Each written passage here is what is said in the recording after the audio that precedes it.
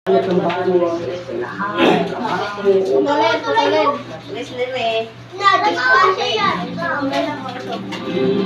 Da, sweet on dahil si Eljo mumugas. Tren ko na na yung mugsa. Ang isang bahagi ng Wala pa ba eh. kailangan na gumawa Kalapay na ng yung ito. sa isang Wala nene. Wala kasi tayo. Movement. Tay. Wala nene. Putulan mo hindi. Ayaw. Sige daw. Isang tow truck. Muntik pa mahagi ang isa pang sasakyan. Ganyan. Malapit at doon sa isang hospital kaya inilikas ang mga pasyente. Ayon sa mga tao pinaniniwala ang gumuho ang lupa dahil sa malakas na pamulaan at dahil sa nabutas na tubo ng tubig na ano na tubig ang nabukasak sa isang tingin na yung subway station. Tapos dira. Gawa dito mga rehab ko na mali. Butangan Kinumpirma ng abogado ni dating DPWH Engineer Bryce Hernandez na 4 na kasalukuyan at 2 dating ang kailangan mo na dito na lang muna. Nakatutok si Marin Umay. Ang pasado ni dating DPWH Engineer Bryce Hernandez hindi pa raw tapos. Depende sa mga makikita sa computer na itinurn over niya sa DOJ. Pati pa raw may iba pang senador at iba pang mga mambabatas ang mapangalanan. Ayon yan sa abogado niya si Atty. Raymond Fortune. Si Bryce na sinabi niya na yung isa-isa nilibigay ni Engineer Alcantara ay kulang pa. Meron siya mga binanggit sa akin ng mga pangalan. Kasi ito doon sa kanyang recollection of yung mga tao na meron silang mga naipasok na mga proyekto dito sa Bulacan. Again, mga proponents ng mga projects. Pinagpirma niya ang unang mga abogado at dalawang dating senador ang matatawi. Pero hindi lang sila napapangalan basta-basta hanggang ng ebidensya. Sa tatlong senador na nabanggit, sila Senador Jingoy Estrada, Joe Villanueva at Senador Robilla. Lahat tumanggihan sa eleksyon.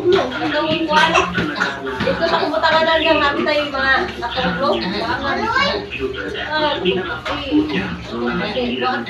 vlog ako na? Hindi siya nagtitulog ng mga tao kung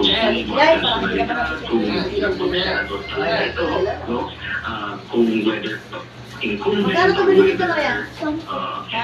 first Malaki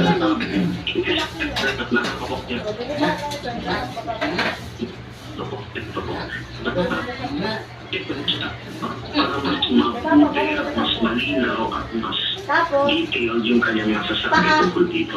Ang sigurado sa kanyang kultura, may mga ebidensya pang ibibigay sa Hernandez sa Department of Justice. Ano mo ito? Kung may sakit? I understand na meron kang mga tutuloy process na hindi pa nga na-turn over din. Sabi ng Senate Blue Ribbon Committee Chairman Anthony Lacson, na sa DOJ na niya nakuha ebidensya kay Hernandez. Oo, yan. Dahil ng computer, computer, Kailangan niya talaga report na pagkakali ko.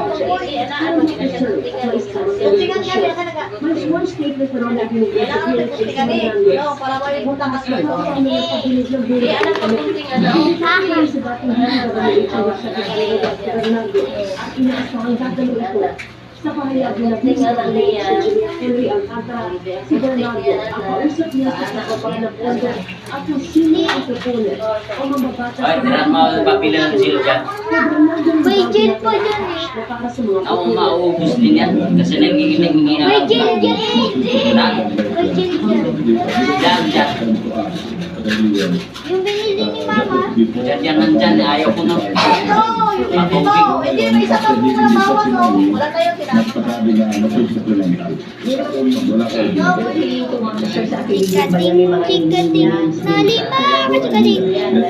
Actually, may susi dyan kasi siya yung naglagay sa kanila sa Bulacan. So, Lagyan ako na parang magkano pababa na natin na siya. Nakikilin naman daw ako sa ilalim sa testigo sa protected custody ng DOJ. Pagkakasalita sila sa Senate Blue Ribbon Committee. protected siya, lumipas mga kasalita yung tatlong pati sila Vizcaya kasi hinihingi nila protection para ibigay nila yung Posible lang na huling pagdinig na ng Senate Blue Ribbon Committee ang gagawin bukas. Pero depende pa rin daw ito sa mga bagong ebidensyang maaari na limutan. Lahat naman daw ng ebidensya ito ay i-turn over sa ICI. Para sa GMA Integrated News, Mariz Umania, Tuto, 24. Kanya pagkasama-sama ng lalo't magiging ginagawa daw ang kilis. Kung saan kaya ang tanggal na sinanada at pinamakatrabaho ang mga magulang nila sa pamilya. Makikita kinalong ka na.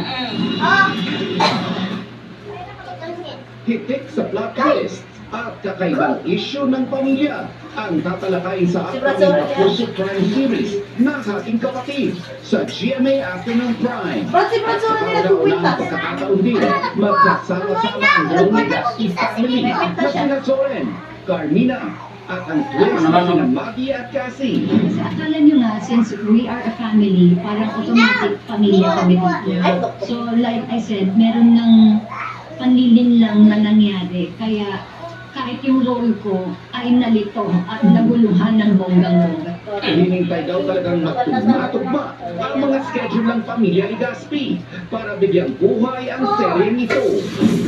Almost a year or so, mabuo itong aking kapatid. Kasi may dungan And siya eh. ako dapat nasa May dungan. sanggang dikit. May They dungan. pulled me out dahil kailangan daw talaga ako nandito. Kasi they were, playing with the idea na what if tanggalin natin isang legacy family, lagyan natin ng isa. Then they figured out na parang yung mali ka. Sa mga kapatid, hindi lang daw matcha-challenge ang galing ng kambal sa pag-arte. Dama rin nila ang pressure na makatrabaho ang kanilang parents. Kahit naman mabilis, ito. So that's what I also like. Buti nga, I feel the pressure because, hello! This package, that's crazy. Hindi ka kasama, nakakasama. Kami na lang. Pero magandang pagkakataon din daw ito para mas makilala ng mga kapuso viewers ang tunay nilang pagkatao. I take time Wala po na and yung stay lang I eh. take this work very seriously because every time I'm that character, every time I'm Tyrone, I always make sure that I get to send a message to the viewers na ito rin talaga si Maggie Legaspi sa totoong name. Nelson Canlas updated sa showbiz happenings. Sa mga ayaw sumabay sa inaasahan Christmas rush. Pwede Tapos na sa ano, naman ganyan. na mga pangalaman Kuwan, hindi. Ang sarili yan. sa Noel Bazaar. Ganyan. Yan dahil Wala. so Kapag sa yan siya pagdiri na. mo ito, Kaya naman, ito kaya. ay Gonzalo. Stay ko siya. Naging report ng Open Ground Diba? Oo.